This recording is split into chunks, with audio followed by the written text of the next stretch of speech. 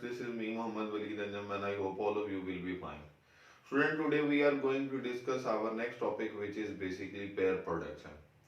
Pair production एक ऐसा process है जिसमें हम ये कहते हैं कि जब कभी भी कोई हाई एनर्जी फोटॉन इंटरेक्ट करता है विद द मैटर तो हमेशा वो फोटॉन कन्वर्ट हो जाता है एक इलेक्ट्रॉन और पॉजिट्रॉन के पेयर में। इस इलेक्ट्रॉन और पॉजिट्रॉन के पेयर को हम क्या नाम देते हैं? पेयर प्रोडक्शन का नाम देते हैं। इस पॉइंट को मैंने यहाँ पे लिखा भी हुआ, process in which high energy photon such as gamma rays. Gamma rays की जो फ्रीक्वेंसी है हम कहते हैं वो बहुत ज्यादा है, जिसके लिहाज से हम उसकी एनर्जी को भी ये डिक्लेयर करते हैं कि वो बहुत ज्यादा है, क्योंकि हम ये बात पढ़ चुके हैं कि किसी भी जो फोटॉन की जो एनर्जी है that is directly proportional to the frequency. तो हम इंटरेक्ट विद हैवी न्यूक्लियस, जब यही गैमा रे के फोटॉन इंटरेक्ट करते हैं हैवी न्यूक्लियस के साथ एंड कन्वर्ट इटसेल्फ, और जब उसको अपने आप को कन्वर्ट कर लेते हैं into electron and positron pair, इसको हम क्या नाम देते हैं? पेयर प्रोडक्शन का नाम दे देते हैं। स्टूडेंट, इससे पहले हमने interaction of the radiation with the matter में दो इफेक्ट्स पढ़े हैं, जिसमें हमने सबसे पहले इफेक्ट को नाम दिया था photo electric effect. Photo electric effect में क्या होता था कि हम कहते थे कि कोई भी फोटॉन जब किसी भी मेटल के साथ इंटरेक्ट करता है तो क्या होता है कि वो कंप्लीटली अब्सॉर्ब हो जाता है, किस तरह से कि वहां से एक इलेक्ट्रॉन को वो अमिट कर देता है, जिसके रिजल्ट में हमने कहा था कि जो इलेक्ट्रॉन्स प्रोड्यूस होते हैं उन्हें फोटो इलेक्ट्रॉन्स कहते हैं, और उनके फ्लो की वजह से जो करंट होता है उसे फोटो इलेक्ट्रिक करंट कहते हैं। हम उसकी ज्यादा डिटेल में डिस्कशन पहले कर चुके हैं, इसलिए हमने यहाँ पर लिखा है कि जब लो एनर्जी फोटॉन्स इंटरेक्ट करते हैं मैटर के साथ एंड गेट कंप्लीटली अब्सॉर्ब, और मुकम्मल तौर पर अब्सॉर्ब हो जाते हैं विद एमिशन ऑफ इलेक्ट्रॉन्स, तो हम उस इफेक्ट को क्या नाम देते थे? फोटो इलेक्ट्रिक इफेक्ट का नाम देते थे। इसके बाद हमने सेकंड इफेक्ट पढ़ा जिसमें हमने जो एनर्जी ऑफ द फोटॉन थी वो पहले के मुकाबले में बढ़ा दी, यानी कि इसमें हम कहते हैं हाई एनर्जी फोटॉन। ये देखेंगे लो एनर्जी फोटॉन है, ये high energy photon. High energy photon में से सच एज एक्स रेज, जैसे कि हमने एग्जांपल दी थी कि एक्स रे जब वो इंटरेक्ट करते हैं तो क्या होता है, तो वो इलेक्ट्रॉन के साथ जब इंटरेक्ट करते हैं तो स्कैटर हो जाते हैं। ठीक है जी, scattered by an atomic electron transforming a part of its energy to the electron, और अपनी जो एनर्जी है उसका एक पार्ट जो है वो इलेक्ट्रॉन को ट्रांसफर कर देते हैं, और इसको हमने क्या नाम दिया था? कॉम्पटन इफेक्ट का नाम दिया था। ये बात हम बड़ी डिटेल में पढ़ चुके हैं, यानी कि लो एनर्जी फोटॉन जब भी मैटर के साथ इंटरेक्ट करते हैं तो फोटो इलेक्ट्रिक इफेक्ट का फिनोमेना होगा। हाई एनर्जी फोटॉन जब मैटर के साथ इंटरेक्ट करते हैं तो कॉम्पटन इफेक्ट हमें देखने में आएगा। और थर्ड जो हमारा इफेक्ट है कि अगर बहुत हाई एनर्जी फोटॉन हो, वेरी हाई एनर्जी फोटॉन, जिनकी एग्जांपल्स में हमने लिखा भी है कि गैमा रे, तो फिर क्या होगा? पेयर प्रोडक्शन होगा। अगर हम इस चीज को देखें तो हमारे पास यहाँ पर एक स्कीमेटिक बनाई गई है जिसमें हम देख सकते हैं कि जब कोई हैवी न्यूक्लियस के साथ हाई एनर्जी फोटॉन जाके इंटरेक्ट करते हैं तो इलेक्ट्रॉन और पॉजिट्रॉन का पेयर प्रोड्यूस होता है। ये जो इलेक्ट्रॉन और पॉजिट्रॉन है ये देख सकते हैं कि इन दोनों के हम कहते हैं मैसेज भी सेम है, इनके चार्जेस भी सेम है, बट ऑपोजिट साइंस के हैं। ठीक है, यानी कि हम ये कह सकते हैं कि जो पॉजिट्रॉन है वो इलेक्ट्रॉन का एक एंटी पार्टिकल है। इस चीज को हम इस तरह से अभी डिस्कस भी करेंगे तो हमें इसका अंदाजा भी हो जाएगा। तो होता क्या है कि जब कभी भी हाई एनर्जी फोटॉन, जिनकी हम एग्जांपल ले चुके हैं गैमा रेज, मैं यहाँ पर मेंशन भी कर देता हूँ कि ये गैमा रेज के फोटॉन है। गैमा रे का जो फोटॉन होगा जब कभी भी, क्योंकि उसकी एनर्जी बहुत ज्यादा है, तो ये जो हमारे पास ऑर्बिट्स हैं उनमें मौजूद इलेक्ट्रॉन्स को क्रॉस करता हुआ न्यूक्लियस तक पहुंच जाता है। क्यों पहुंच जाता है? क्योंकि इसकी एनर्जी बहुत ज्यादा होती है, ये पेनिट्रेट कर सकता है, और जब ये न्यूक्लियस के साथ जाके इंटरेक्ट करता है तो न्यूक्लियस के साथ इंटरेक्शन की वजह से इलेक्ट्रॉन और पॉजिट्रॉन का पेयर प्रोड्यूस होता है। तो बेसिकली ये फोटॉन है, ये बेसिकली एक एनर्जी है। ये एनर्जी किस में कन्वर्ट हो रही है? पार्टिकल्स में कन्वर्ट हो रही है। हम यहाँ पर इसको लिख भी देते हैं कि ये जो फोटॉन है ये चूंकि एक एनर्जी है, और हमारे पास ये जो है इलेक्ट्रॉन्स और पॉजिट्रॉन्स ये तो पार्टिकल्स हैं, तो बेसिकली इस केस में हम देख सकते हैं कि energy is being converted into the particles. इस प्रोसेस को हम क्या नाम देते हैं? Materialisation of the energy. इसको अगर हम लिखें, process in which energy, energy से क्या मुराद? Photon is being converted into material particles, और वो मटेरियल पार्टिकल्स कौन कौन से हैं? Electron and positron, electron and positron is called, इस प्रोसेस को हम क्या नाम देते हैं? मटीरियलाइजेशन ऑफ एनर्जी। ये जो मटीरियलाइजेशन ऑफ एनर्जी हो रही है, ये अकॉर्डिंग टू आइंस्टाइन इक्वेशन है एनर्जी मास रिलेशनशिप, जो हम पढ़कर आए हुए हैं।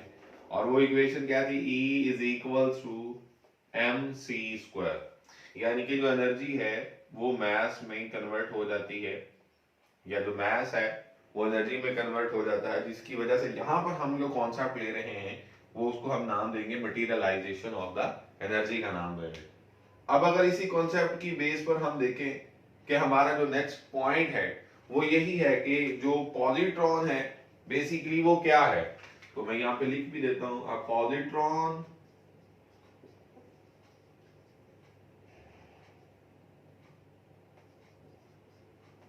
Anti electron having mass and charge equal to electron but of opposite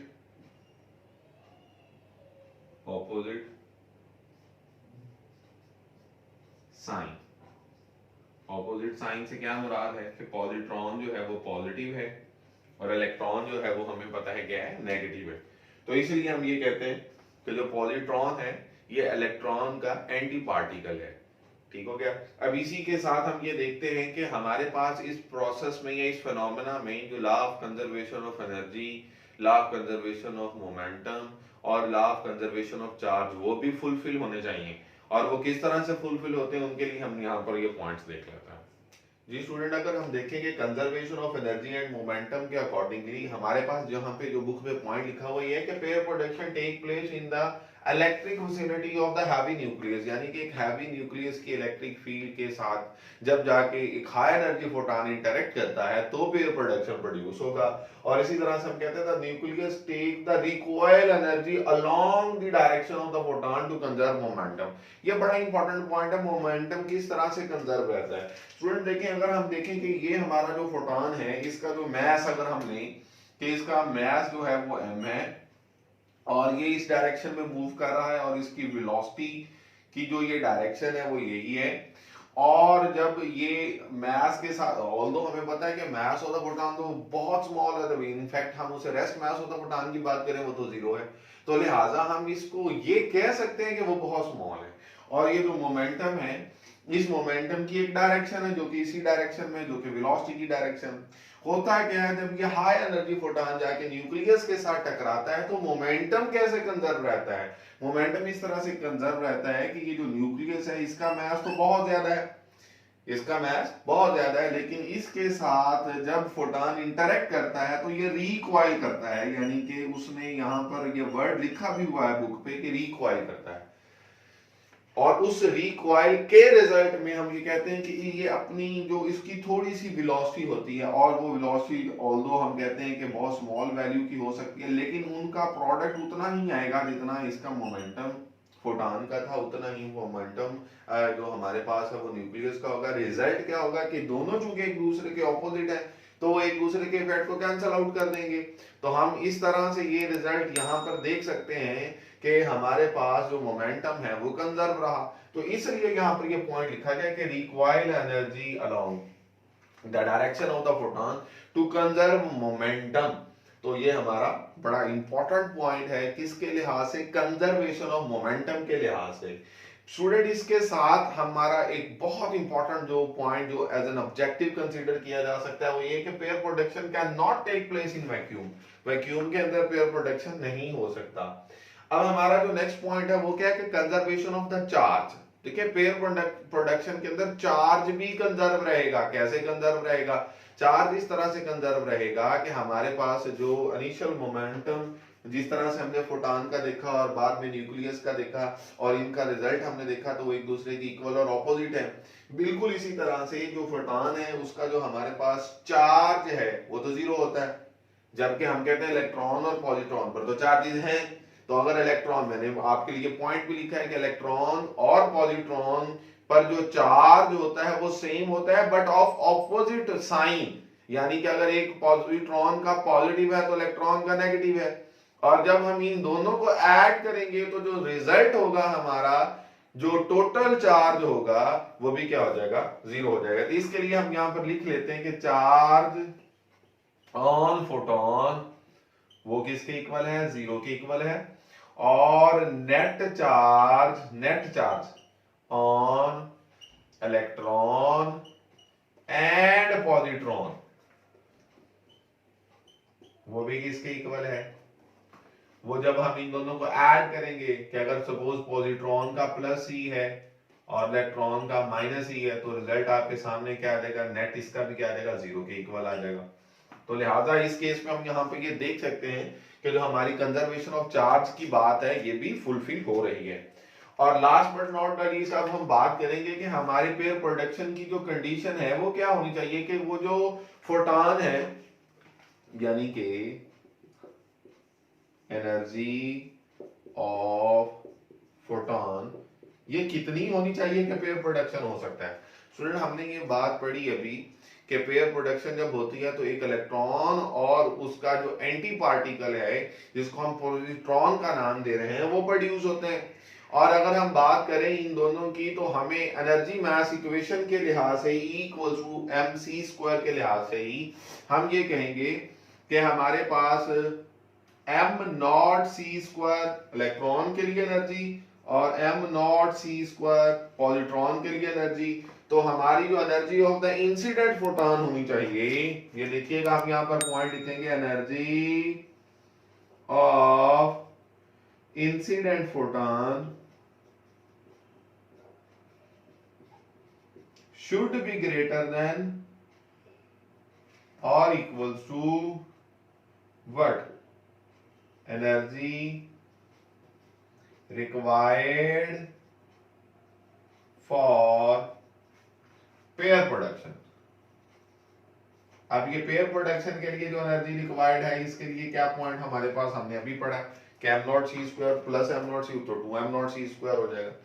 अब अगर कभी इंसिडेंट फोटॉन की एनर्जी इस 2m0c² से ज्यादा हो जाए तो जो रिमेनिंग एनर्जी होती है जिसे हम सरप्लस एनर्जी का नाम देते हैं वो अपीयर हो जाती है in the form of the kinetic energy of electron and positron.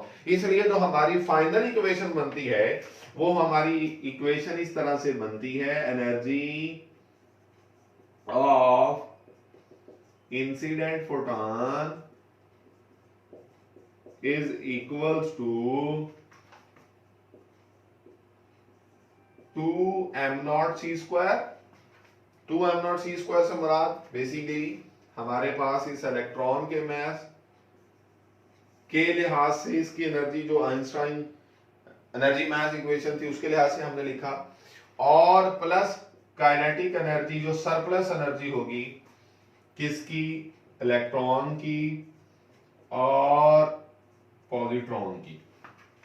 तो ये टोटल इक्वेशन बन जाती है। और इसकी जगह पर हम स्टूडेंट क्या लिख सकते हैं? ये energy of the incident photon, इसकी जगह पे हम पढ़कर आए हुए हैं, हम लिख सकते हैं HF equals to 2m0c² plus kinetic energy of electron plus kinetic energy of positron. तो ये हमारा फाइनल रिजल्ट आ जाएगा। इस रिजल्ट के अकॉर्डिंगली हम ये देख सकते हैं कि पेयर प्रोडक्शन के लिए इतनी एनर्जी तो चाहिए। अब यहां पर ये पॉइंट बड़ा इंपॉर्टेंट है कि अगर हम इसकी वैल्यूज को निकालें, m0c² की वैल्यू, मतलब अगर हम m0 जो कि इलेक्ट्रॉन या पॉजिट्रॉन का मास है उसकी वैल्यू मल्टीप्लाइड बाय c जिसकी वैल्यू को हमें पहले से पता है, मतलब मैं यहां पर आप लोगों के लिए बता भी देता हूं, m0c² 9.1 × 10⁻³ किलोग्राम इलेक्ट्रॉन का मास और c की value 3 into 10 raise to power 8 और उसका स्क्वायर। तो जब स्टूडेंट हम इसे सिंपलीफाई करेंगे तो हमारे पास रिजल्ट बनता है 0.51 मेगा इलेक्ट्रॉन वोल्ट। इतनी अमाउंट ऑफ एनर्जी एक इलेक्ट्रॉन के पास है और पॉजिट्रॉन के पास भी इतनी होगी, तो इसको मतलब हमने 2 से मल्टीप्लाई कर दिया। जब आप इसे 2 से मल्टीप्लाई करेंगे तो हमारा जो रिजल्ट बनता है वो बन जाता है 1.02 मेगा इलेक्ट्रॉन वोल्ट। यानी कि इंसिडेंट फोटॉन के पास अगर इतनी एनर्जी होगी तो फिर प्रोडक्शन हो जाएगी, और अगर वो एग्जैक्टली इतनी होगी तो उस वक्त काइनेटिक एनर्जी ऑफ इलेक्ट्रॉन या पॉजिट्रॉन फिर जीरो होंगी। लेकिन अगर इंसिडेंट फोटॉन के पास जो एनर्जी है वो इस एनर्जी से ज्यादा है तो डेफिनेटली इतनी अमाउंट ऑफ एनर्जी तो रिक्वायर्ड है किसके लिए, पेयर प्रोडक्शन के लिए, जो कितनी है 1.02 मेगा इलेक्ट्रॉन वोल्ट। यहाँ पे हम लिख भी देते हैं इतनी एनर्जी तो हमें पेयर प्रोडक्शन के लिए रिक्वायर्ड है। ठीक हो गया। बाकी जो एक्स्ट्रा अमाउंट ऑफ एनर्जी होगी जिसको हम सरप्लस एनर्जी का नाम दे रहे हैं वो अपीयर हो जाएगी in the form of kinetic energy and kinetic energy of electron and kinetic energy of positron. तो स्टूडेंट ये वो तमाम पॉइंट्स है जो इस टॉपिक में बहुत इंपॉर्टेंट है, जो ऑब्जेक्टिव और शॉर्ट आंसर के लिहाज से भी पूछे जा सकते हैं। तो मेरे ख्याल में इन तमाम पॉइंट्स को हमने बहुत अच्छी तरह से डिस्कस कर लिया और आपको समझ भी आ चुके होंगे। Please don't forget to like and subscribe my channel and take good care of yourself. अल्लाह हाफिज।